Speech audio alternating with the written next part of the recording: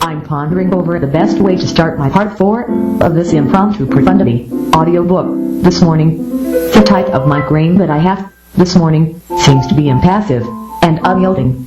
I've spent the last hour somewhat trying to push past it. It only grew more resistive. Seeing my hands and arms upstretched past the sides of my head, I go on in this manner until I move past the pain and finally progress. But it seems to be a resistive type of migraine. It isn't easily pushed past. At the last part of Impromptu Profundity, Part 3, my writing got a bit twisted into the handicap of having seen too much, and then a feeling like I had to write about something unspeakable. So, I have some regrets about Part 3, and am just glad to get along into this Part 4. It's no good to speak of some problems, for it doesn't improve matters, and is only hypocrisy. I'm hoping that, by my being honest with my reader, he or she will see and learn of this type of mistake, and how, sometimes, we're better off having not written such. You should always keep your written tone in the clear, and remember, never to speak of things you don't know of, or practice hypocrisy. Just some thoughts. I hope they're a way of squaring away the third chapter, and of getting along. I can't see, through looking at the line of emergent thoughts along the leading edge of this time, that there's a difference of opinion and argument between the haves and the have-nots. I don't know why it is, but part of my mind is asking of others, I've got mine, where's yours? This points to a disagreement, which happens sometimes. Maybe this is an elitist kind of holier-than-thou self-esteem. It looks like that this type of artistic success is sometimes gets mean and unfeeling, like climbing on the backs of others to get ahead. Then I'm a scarecrow. Before I could realize what was happening, I had upset some relationship. All because of an inner attitude, the episode of thoughtlessness. That's how quick the wrong idea can get communicated. We should always remember, angels are watching us, unawares to us. Unconscious, thoughtless words. These things only make us look bad. There's sometimes a force that works among friendships to drive people apart from one another. People always judge others. This sometimes places someone on someone's blame list, which they subconsciously pick up on. Then they get mad when we all need extra help sometimes, and should try and get back right with that one. Okay, some of my writing is some crazy stinking thinking. Speaking of things I don't know of is not the objective. This is to be avoided. I have to start this Part 4, if only to get away from the broken Part 3. Living sometimes tests our resolve, and the next thing you know, you've made a compromise, and lost your clean reputation. That's just an example of how we are sometimes challenged, and have at least to try and solve life's problems. I'm glad to be getting these thoughts on paper now, because such seems to mean that we're at least working on our problems, trying to solve them. But the going is so slow. I hope by my showing you this writing, you'll see that sometimes I'm strong and able to tackle any obstacle. But sometimes life's problems are enormous, high over my head. And I always just want to abandon the sinking ship, if I've hurt someone's feelings. Could I even handle the truth? It helps me to see how as people, we're given only so many days and nights, and if life ushered me off stage, and my time in life were through, I would wish to be prepared to quickly surrender my ego, if I had to submit to death. I think that my worst nightmare would be to have to see myself as a wrathful, vengeful ghost, and that my pride or wrath from heaven caused an innocent death. One's ego should never cause an innocent death. That would really change the nature of my reality experience, and I would feel shame and guilt. Life would become an impossible struggle, and there wouldn't be any more fun in living. See, at any rate, I'm trying to get along down this page, and to find a better idea to think about. It's later, just before I walk over to the office to get a dinner plate to bring back to the apartment. Wednesday has gotten along, and I feel that we have started down the gradual slope into the weekend time. Now, I'm keeping this writing up as the day gets along, because I'm looking forward to having a new Part 4 to further progress this audiobook. At any rate, maybe it's true that we've come into a time of vision, and we can at last see and perceive ourselves for who we are, not for who we are not. God's telling us He loves us still, and He's sorry we had to see one of society's problem cases go so bad. The sun will come out in the morning. Our weather today has been one of our hottest days, I think, and the sun burnt down on our scene. I think that our temperature is 92 degrees here, but after 5 p.m. That's a heat index of 104. I spent almost all day indoors, and so I wasn't really aware that it was so hot, until I looked at the day's weather picture, here, on my phone, just now. Anyway, I'm back settled, after my dinner, trying to figure out how to write this article. It occurs to myself, why not use some jazzy rhythm, or visual imagery? I've been very reassured by the way that this article has come together, such that I feel content, and rested. I've been thinking how musicians that play together learn and understand how playing without set outline, or plan, is like a series of soloists, passing the conversation around the table. The group mind has its own particular type of voices which talk in definite, recognizable phrases, and work together, in an amazing way, to go onto a recording media. If you play with others, in a jazz, or improvisational setting, you will always be amazed at the strong, coherent figures, and patterns, and the remarkable way the soloists are interjoined into a sentient whole, who each get chances to shine.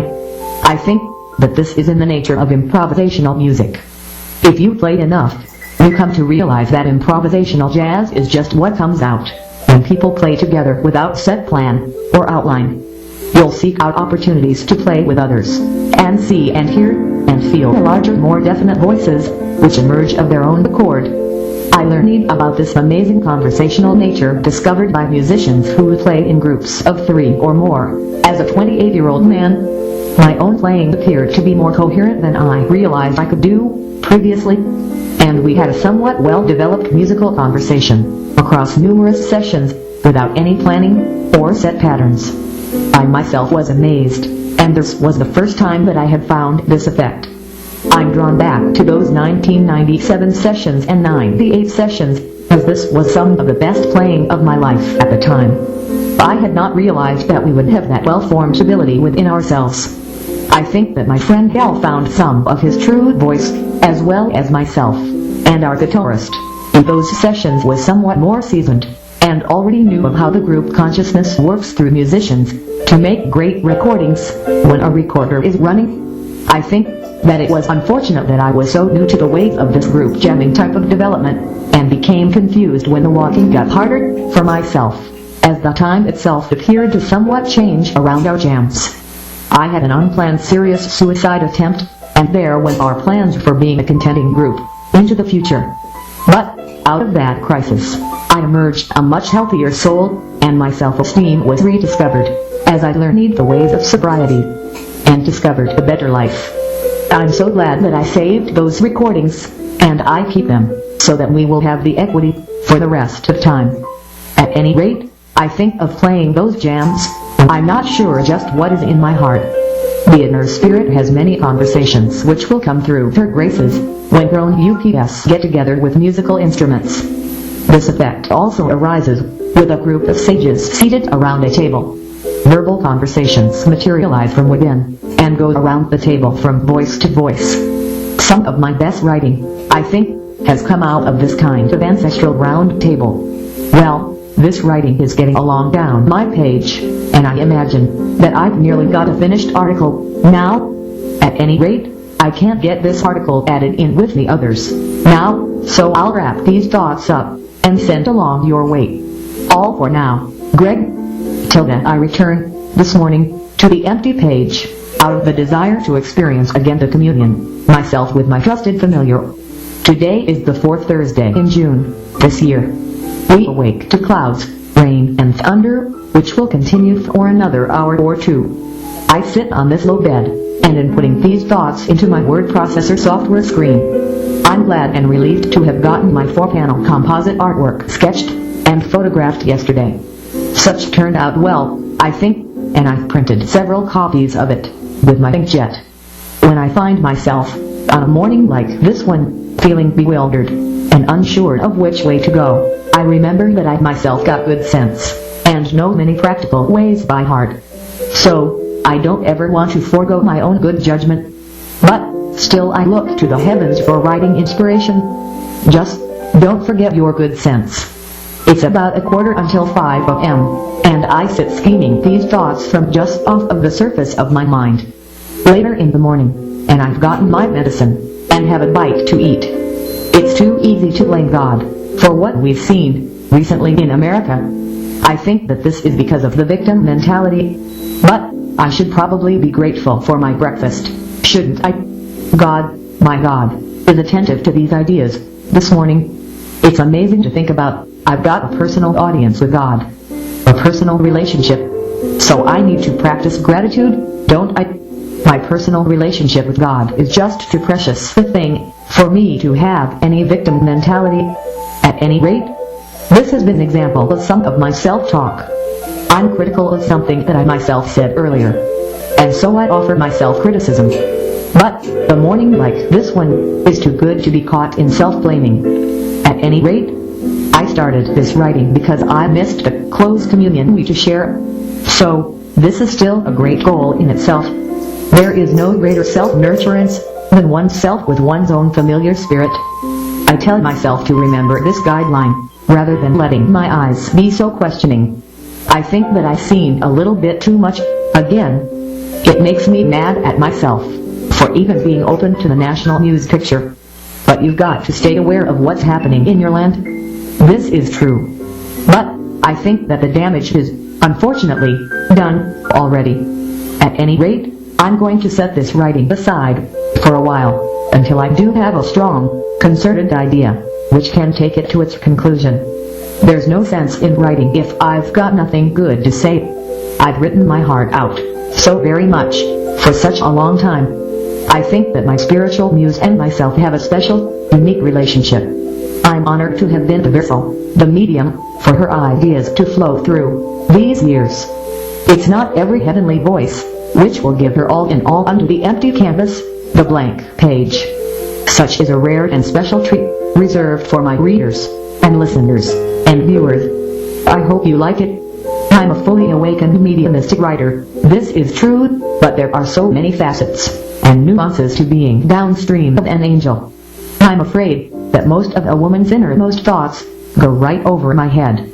I do good just to trust her to get as comprehensive as she wants onto the media, and I'll try not to impede her or be any obstacle.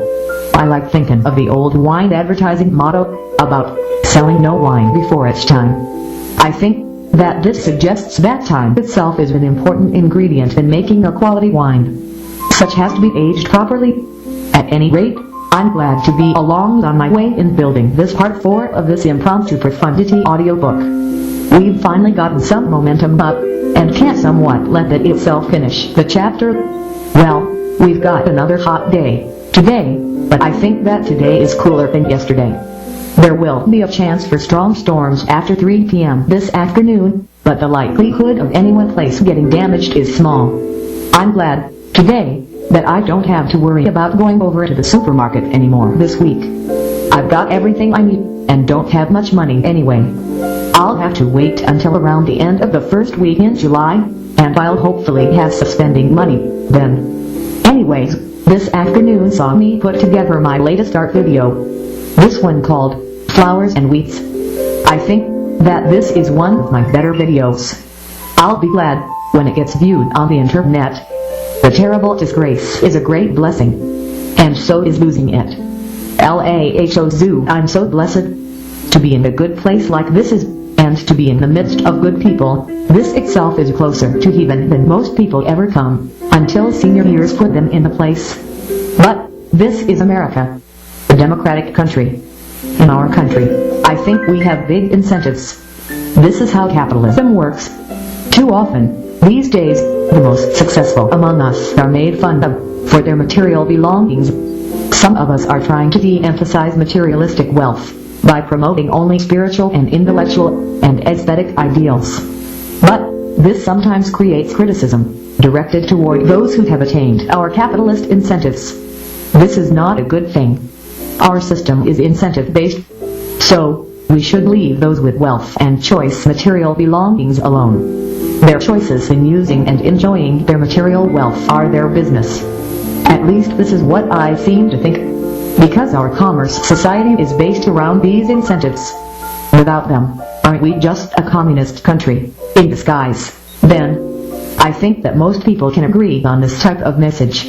Our minds are distracted not so much because of our consumption, in the form of material goods and services, but from our waste production. This is the bottom line. So, you should do whatever you can to reduce your waste.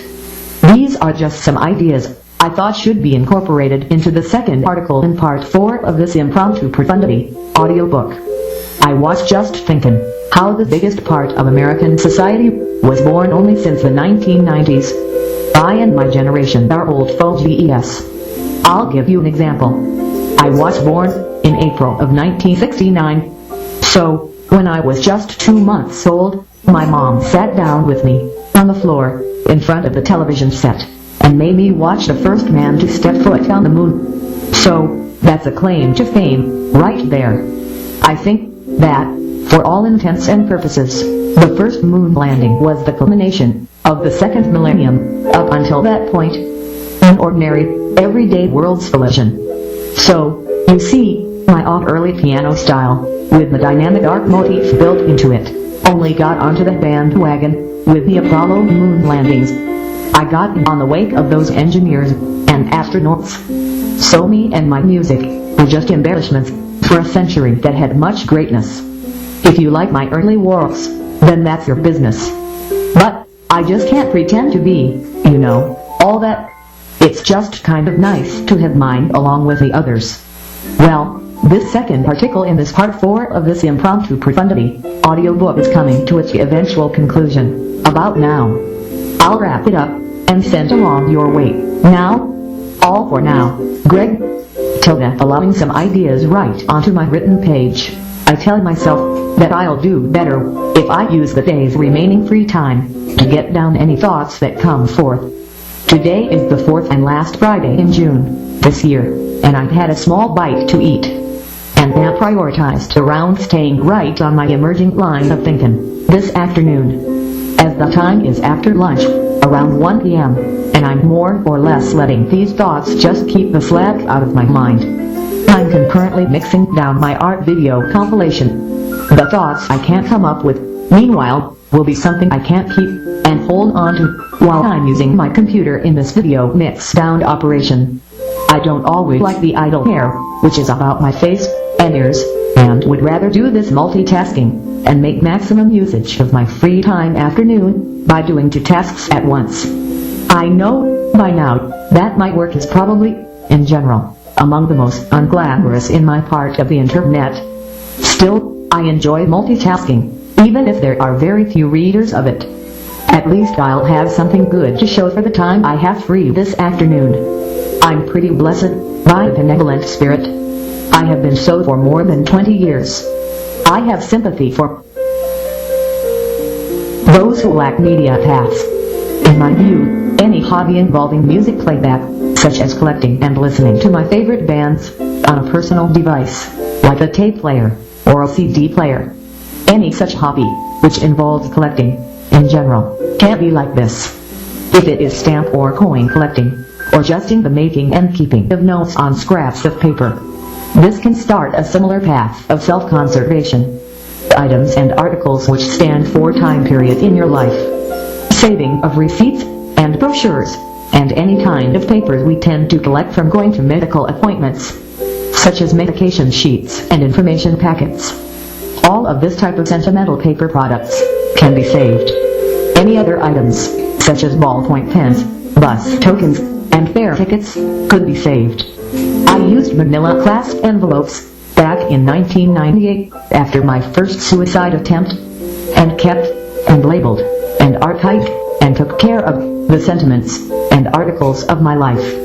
The point I'm making is that this program of life scrapping brought me around to eventually making audio tape recordings of myself playing my piano daily, with no date and year written on magnetic tape cassettes, which I could find back then for a very low cost at the warehouse thrift store near where I lived, were used. Saving these recordings and archiving them gave unto my life purpose and direction. Saving my written output as well, using my typing ability, into my personal computer. This began to create a multifaceted approach to this type of life: scrapping, and saving, and journaling. I was saving everything that I felt was meaningful. I began to organize and scan, and sketch new artworks, portraits, and scan them, using a flatbed scanner, which my dad took me to the computer store to get. I began, after 3 years of somewhat haphazard collecting of differing file types of information on my personal computer, and an envelope, to conceive of the notion of an introspection archive. The urge to archive one's saved information in an organized, systematic method, be it audio recordings, and images as JPEG files, or text files made using my computer's word processor software. This is something, I feel, that brings creative people's minds, abilities, and talents into full flower using the digital tools, devices, and appliances which are fairly easily obtainable at an appliance store, like the superstore, or even mall computer, or electronics outlet. The reason that I'm writing these thoughts out is somewhat to reiterate the actual freedoms and liberties possessed by everyone, in one way or another, in this modern time when microtechnology is so easily and inexpensively available. This so as to keep from losing my mind in an environment where we are asked to be sure, decisive, and definite in our practices and beliefs. If you are a hobbyist, then you'll cherish knowing the different ways of looking at hobbies, digitally, and being familiar with the differing types of easily made and read media files, for instance, which personal computers let you create. I don't mean to be laboring over these things, but just by this kind of delving into, so to speak, and somewhat listing the reasons for why, when, and how I find my hobbies in daily life.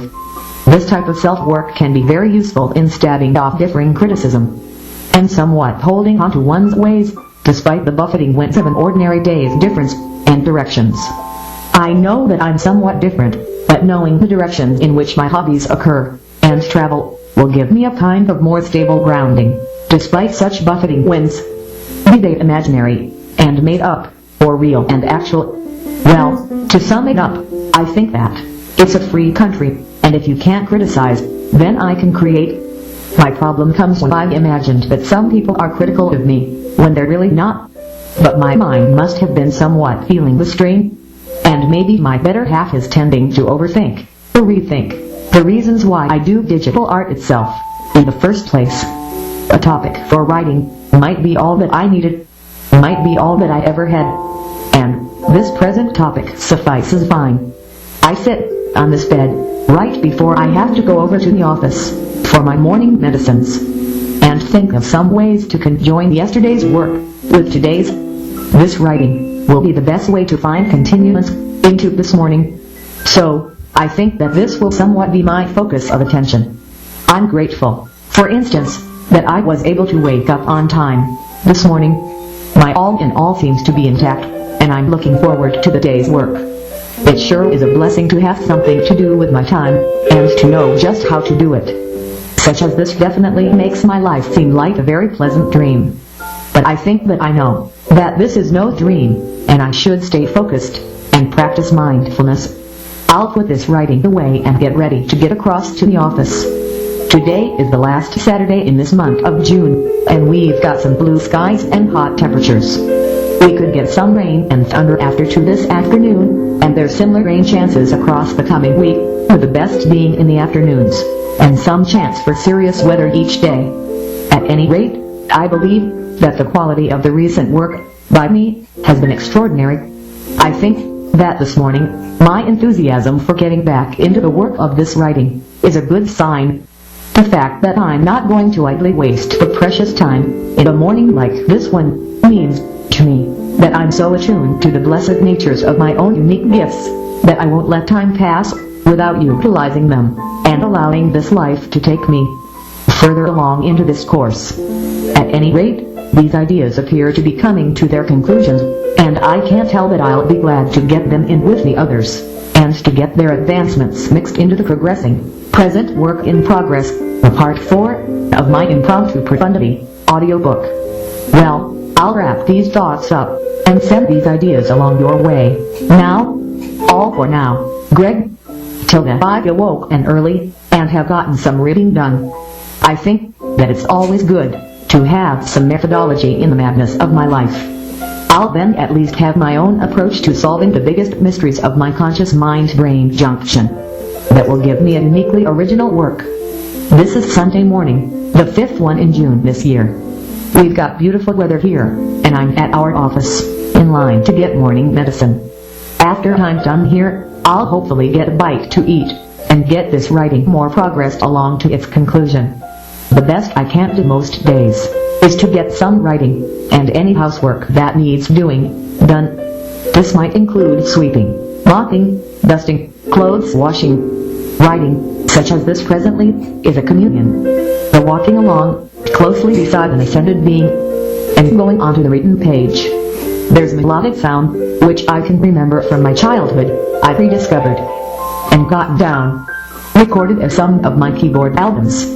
This is really the main melodic sound which I love hearing played out into my room. Nothing else really can compare. You'll find that a good pair of headphones will allow you to filter unwanted sounds. If you have a hard time hearing what you're listening to, it should be of some comfort to you to know that you don't have to listen to extraneous sounds, but can focus on your music. I've accomplished some important goals recently, and can rest better. Now, we go through our lives, and we're given so many good friendships. I would say that the ones I cherish the most are the ones that produce good artistic fruit, leaving yourselves benefited by their good outcomes. These will be the friendships you remember, no matter what.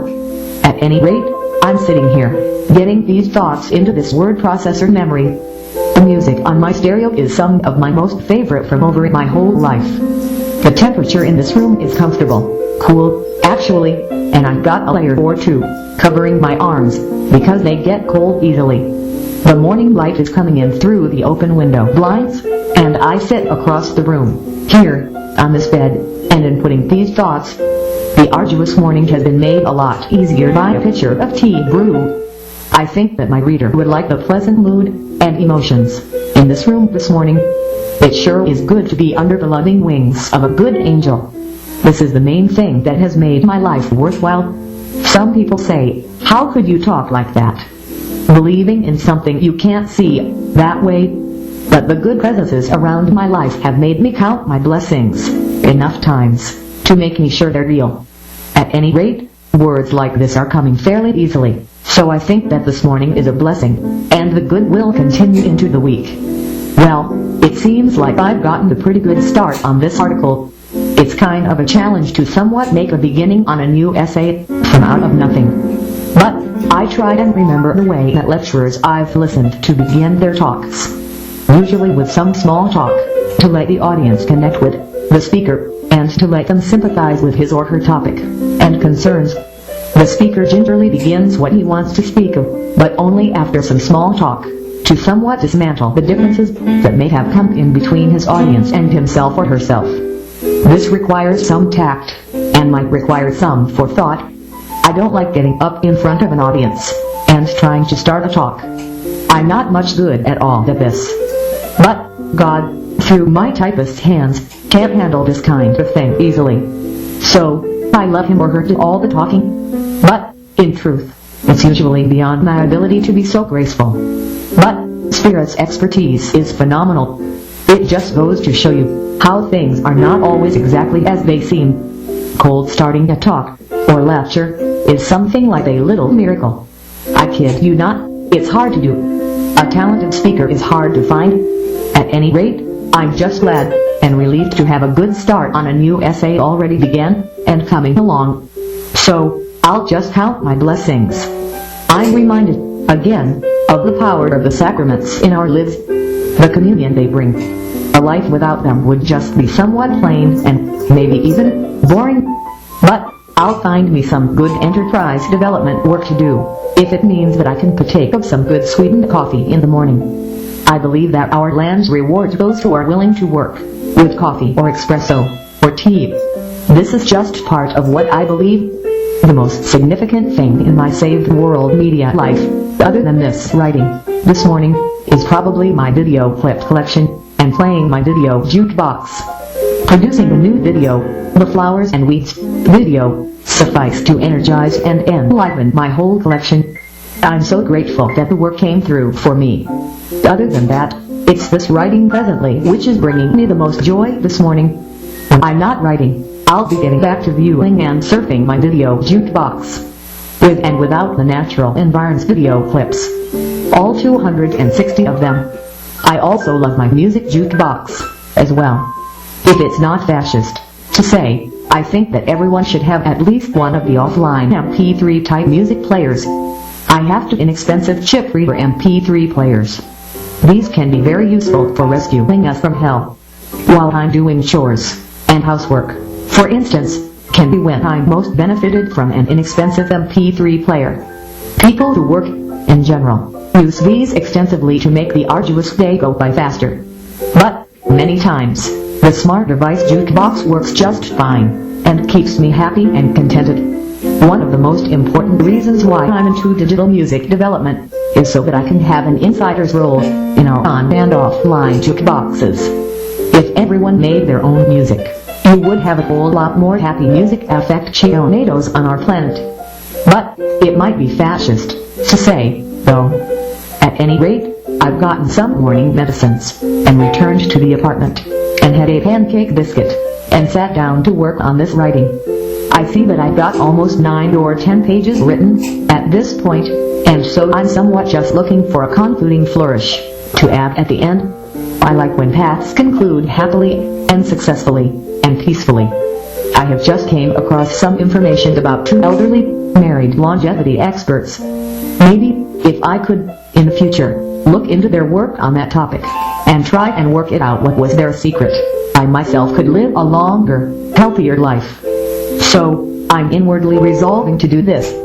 From the looks of things, from the perspectives of these two elderly souls, it might could be said how things look so good.